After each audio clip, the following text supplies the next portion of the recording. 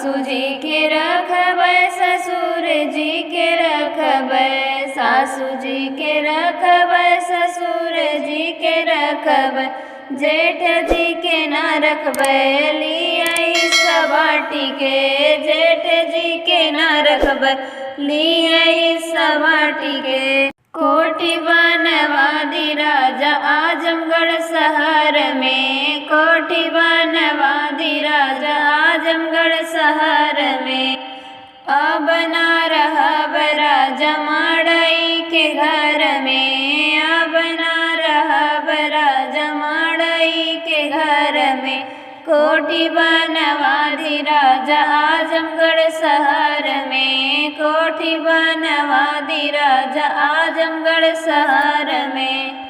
ननद जी के रखबै नंदोई जी के रखबै, ननद जी के रखबै नंदोई जी के रखबै, देवर जी के ना रखबै लियै सबाटी के, देवर जी के ना रखबै लियै सबाटी के।